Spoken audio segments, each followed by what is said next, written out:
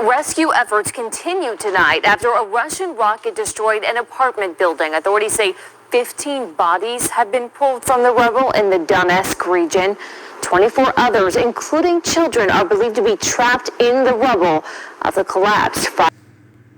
This is Democracy Now!, democracynow.org, the War and Peace Report. I'm Amy Goodman with Nermeen Sheikh. As we go now to the island nation of Sri Lanka, where protests are escalating amidst a growing economic crisis and gas shortage faced by some 22 million people, many forced to wait for days and nights in long lines for fuel. When the petrol problem came up, I tried to use WhatsApp group chats to check where petrol was available, but that was not practical. First it was 2 or 3 hours in a petrol queue, then it was 4, 6, and up to 8 hours. About 3 weeks ago, I was in a petrol queue for 3 days. President Biden heading to Saudi Arabia this week to beg for oil, and he's trying to defend the trip. In an op-ed written by him or his team, the president tries to paint Saudi Arabia as an important, quote, strategic partner, even though a couple of years ago he calls the kingdom a pariah after the murder of journalist Jamal Khashoggi. We were going to, in fact, make them pay the price and make them, in fact, the pariah that they are. In the op-ed, Biden writes, from the start, my aim was to reorient but not rupture relations with a country that's been a strategic partner for 80 years. Today, Saudi Arabia has helped to restore unity among the 6 countries of Gulf Cooperation Council and is now working with my experts to help stabilize oil markets with other OPEC producers. I know that there are many who disagree with my decision to travel to Saudi Arabia. My views on human rights are clear and long-standing, and fundamental freedoms are always on the agenda when I travel abroad.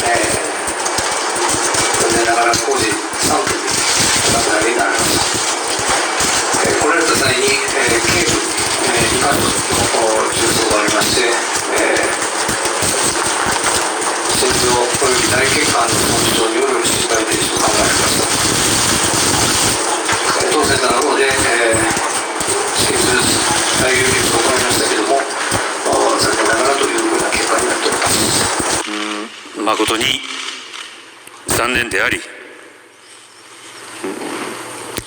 言葉もありません。心よりご冥福をお祈りしたいと思います。Shalom, shalom, shalom.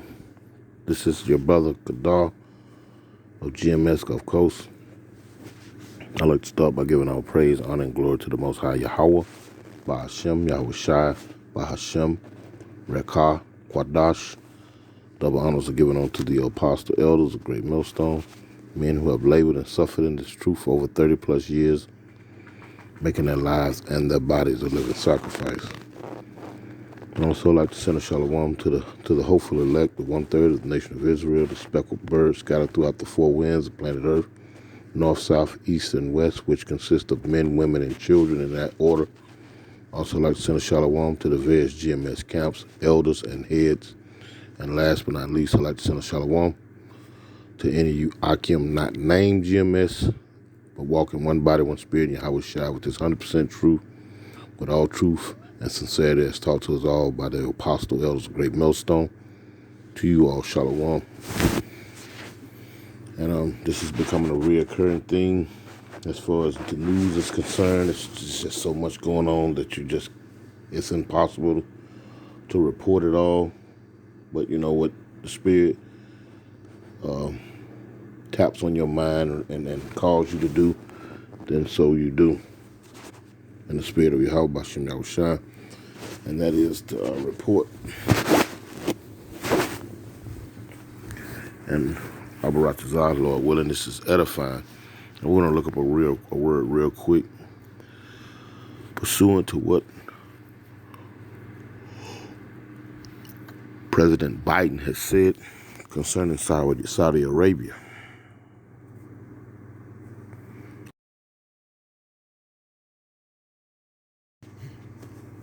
According to Merriam-Webster, definition of pariah: 1. A member of a low caste of southern India. 2. One that is despised or rejected, outcast.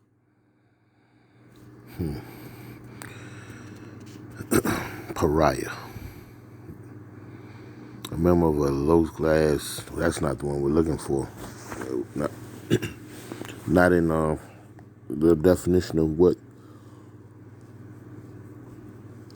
President Biden was trying to make of the Saudis. It's more akin to the second one that is despised or rejected, outcast.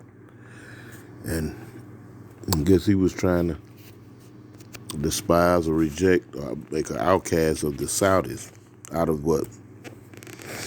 The international community known as NATO and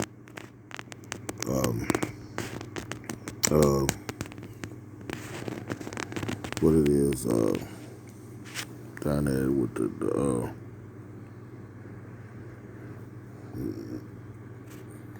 I'm having a brain for it. It's not the League of Nations, but the United Nations, Slovakia, United Nations, and all these other various organizations that they've created here in the past 60, 70, 80 years or so, trying to make them an outcast. But now he's going to have to run over there and as you've seen the news reporter say, and beg for oil. Now, if you have over 200 years worth of reserves here in the U.S., why would you have to go overseas to eat crow, for lack of better words, for oil? The consensus is that the U.S., by way of their own news media, have at least a couple centuries worth of reserves. And just like anything that you reserve, a bank account, you got a checking and a savings account. You have the savings for what? Tough times. So you would think that they say that they have reserves. Their savings account is stocked. Something ain't adding up that you got to go and eat crow. You got to walk back your words, play nice, with these other world leaders, in particular the Saudis, to get oil. But in the future days to come, we'll see how that plays out. Real quick, Merriam-Webster's definition of pariah. Same thing. It says one that is despised or rejected, outcast. More or less. Slovakia. More or less. Let's see what some synonyms look like. For decades, Africa says pariah. South America says pariah. Came an economic engine that would. Anyway, we got the definition. Real quick, let's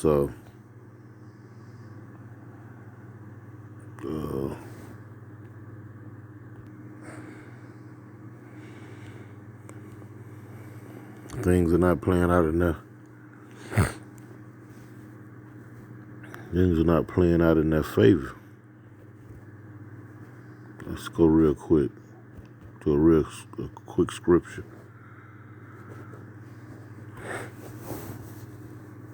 This is Isaiah 33 and verse 1, and it reads, "Woe to thee that spoilest, and thou wast not spoiled, and dealt treacherously, and they dealt not treacherously with thee. When thou shalt cease to spoil, thou shalt be spoiled. And when thou shalt make an end to deal treacherously, they shall deal treacherously with thee. You know, and that's basically what what we're seeing, because I think it was the Prime Minister of India, one of those high-ranking officials over in India. I want to say they was all on a conference call, and he did everything but talk. That's for lack of better words. He actually cussed out the representative or the ambassador for the U.S. on that call. Went in, and it's, I mean, for the world to see, went in talking about how they don't need the U.S. because, and I'm quoting what he's saying, it's lucky for me not getting 100% on, but this is for lack of better words what he said. The middle class here in the U.S. can't afford to do this and that, it has been slowly destroyed. It's been all but destroyed. He said, but the middle class over there in his country are doing 6 times better than the middle class in the U.S. And I think the U.S. was trying to shame them into helping with some ordeal that they got going on. And these other countries that had this, they didn't had it with this place. And that's the spirit of the Most High, putting the spirit on them. You had the Prime Minister, one of the longest sitting Prime Ministers of Japan, just got gunned down a few days ago. And in the days to come, we may find out what that, some background or some backroom dealing of what that may really be all about. Japan was an enemy against the U.S. during the Second World War. Or at least that's the way the history books are written. I mean, all this stuff gonna come out here in the end. Because the Most High is making this place. He's pulled up the skirt. He's showing the nakedness of this place. And not only just this place, the people who rule the world.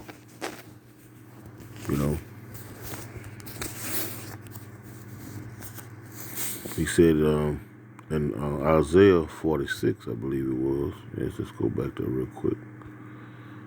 And he declared the end from the beginning. So all these things that we're seeing, the Lord had all this preordained. God already had it set up for the return. Him sending his only begotten Son, Yahweh Ba'Shem Yahushua, Son of the Most High Yahweh. This is Isaiah 46. And I'm going to go straight to the point. I think it's in 10.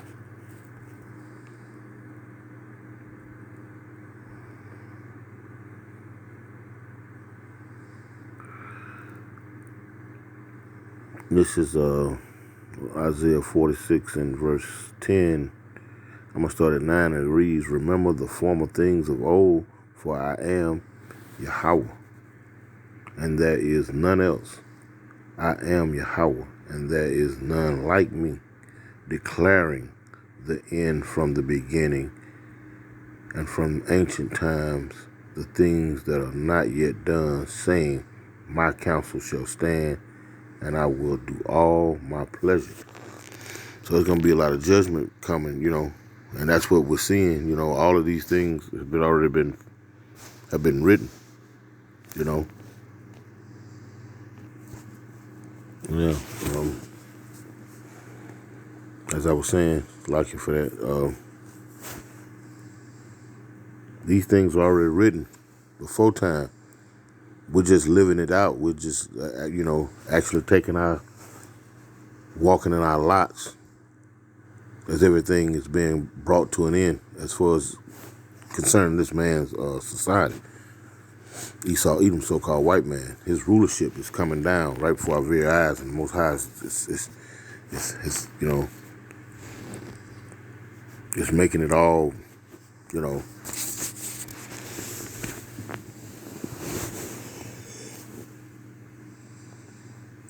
he's making it all seeable for those who can see. He's making it plain for all those who can receive it. This is what's happening. Let me go Amos. I think it's Amos. The eyes of the Lord upon the sinful kingdom. I believe what it is now. I think it's yeah, see it is right here. It says, behold, this is Amos 9 and verse 8. It says, behold, the eyes of the Lord Yahweh are upon the sinful kingdom, and I will destroy it from off the face of the earth, saving that I will not utterly destroy the house of Jacob, saith the Lord Yahweh. For lo, verse 9, I will command and will sift the house of Israel among all nations, like as corn is sifted in a sheaf, yet shall not the least grain fall upon the earth.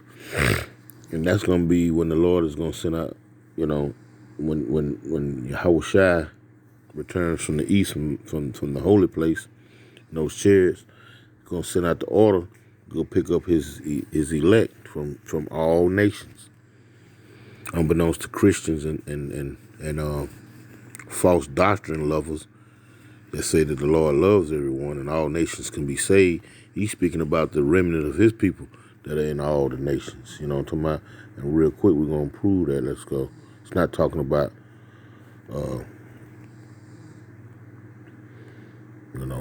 it's not talking about no, he loves all the nations. It was,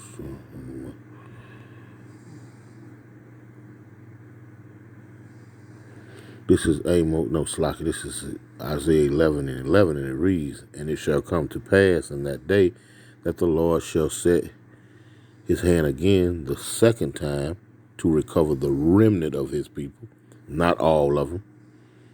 And the second time, what was the first time? When he delivered you out of the land of Egypt. He delivered the whole house of Israel out of the land of Egypt. But this time he's only going to deliver a remnant. And that means a small number, a few. And it shall come to pass in that day that the Lord shall set his hand again the second time to recover the remnant of his people, which shall be left from Assyria, and from Egypt, and from Pathros, and from Cush, and from Elam, and from Shinar, and from Hamath, and from the isles of the sea. And he shall set up an insignia for the nations, and shall assemble the outcast of Israel, and gather together the dispersed of Judah from the four corners of the earth. So that just crushed that God is gonna save the nations. No, he gonna, just like he said in Amos, he gonna. Let's go back to Amos real quick. Let's go back to Amos real quick. Verse 8, Amos 9 and 8. Behold, the eyes of the Lord Yahweh are upon the sinful kingdom, and I will destroy it from off the face of the earth, saving that I will not utterly destroy the house of Jacob, saith the Lord Yahweh. For lo, I will command, and I will sift the house of Israel among all nations. Who is he talking about? Who is the subject matter? Israel. He will sift the house of Israel. And you ever seen folks out there, they show you old footages of these Esau's, these Edomites, so-called white men in the late 1800s, early 1900s out there in the West, Midwest and whatnot, out there digging through the soots of the sands of the river, and they sheaving back and forth, getting rid of the sand itself, but at the end it has little clumps of gold in those sheaves. That's what the Lord's going to do. He's going to sift. He's going to shake these nations, destroy these nations, as we are witnessing now. As we are witnessing now, gas shortages and whatnot all over the world, in Sri Lanka, prime ministers being assassinated. The heads of states of the United States going, and eating crow to countries and countrymen, allies of his, where he tried to talk bad about him. The Most High is taking his place down, but in the process, he's sealing his elect. He's sealing his elect. And how can we prove that? Let's go real quick. And I ain't gonna make this too much longer. Ezekiel 9.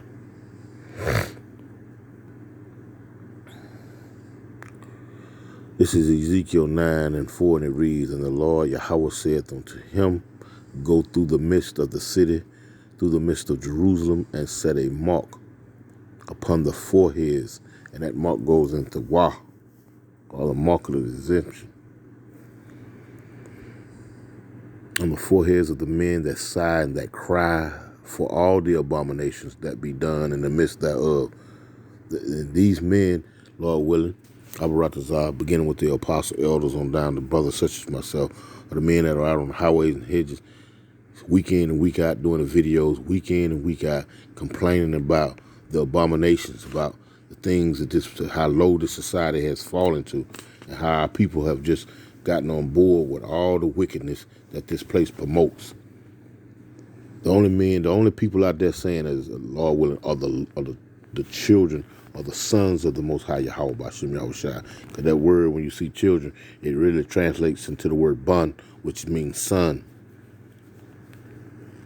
Them the only people you see out there that are signing, that are crying about these things, you know what I'm talking about the LGBT, you know, about these hellish conditions and whatnot, you know, about Jake getting just run down and mowed down day in, day out, you know, just having to get up and deal with this and tolerate this vexing system day in and day out. It says, on the foreheads of them that sigh and cry for all the abominations that be done in the midst thereof. And to the others, he said, in my hearing, go ye after him through the city and smite, mean put to death. Let not your eye spare, don't spare anyone, neither ye have pity. Don't have no pity. Now check this out. Slay utterly, old and young. Talking about starting with you old folks that perpetrate these things, you know what I'm talking about, that are stuck in your ways, you know what I'm talking about. There's a Bible verse, roughly paraphrasing, you know, you can't put new wine in old bottles, you know. You can't change these folks' minds. You can't teach your old dog new tricks. As they say in the world, slay utterly old and young, both maids and little children and women, but come not near any man upon whom the mark, and begin at my sanctuary. Then they begin at the ancient men which were before the house. So, you know, the Lord is going to, throughout the planet, and going to sift the 1/3 of the nation of Israel, the believers, the true believers in the Most High Yahweh Bashim Yahushua, that have a problem having to get up and tolerate this foolishness that surrounds you day in and day out. No rest here, none whatsoever. No rest.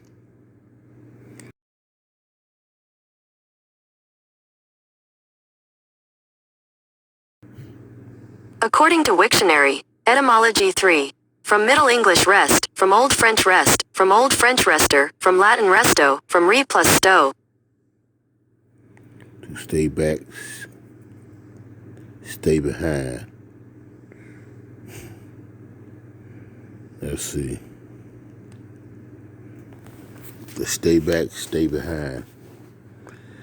It says sleep, response, slumber, resto, rest, a bed or couch, intermission of labor. We don't have no intermission of labor here. You have to get up day in and day out, and go, you know, and you have to hustle for your daily bread. Now I'm using that word sparingly. Hustle, just work, you know, at the grind for your daily bread. And you know, and righteously so, that's all we need to look forward to in this place, because the Lord finna destroy this place. Signs are, you know, are evident. But we have no intermission of labor, mental peace, state of quiet, or response, you know. We have no peace here.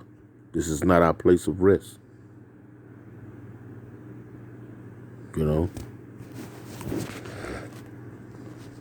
Anyway, yeah, the Lord is going to destroy this place, and that's what we're witnessing.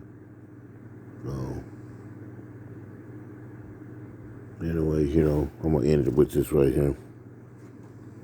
Willing to edify. I'm going to end it with this last little precept. Let's see, I think it's...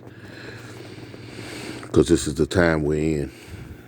There's a time and a season for everything. So let me go in it with that. This is Ecclesiastes 3:3, and it reads, well, let me start at the top. This is Ecclesiastes 3:1. It says, to everything there is a season and a time to every purpose under the sun. And I'm going to get straight to the point. Verse 3, a time to kill and a time to heal, a time to break down and a time to build up. Now, which one you think we're in? A time to build up or a time to break down? A time to heal or is it a time to kill? The Lord is finna usher in his kingdom. So you know, 1 + 1 makes 2. In order to see peace, there must be war. Lord willing, it was edifying. I want to give all praise, honor, and glory to the Most High Yahweh Ba'Shem Yahushua. Double honors to the apostle, elders of Great Millstone. Shalom.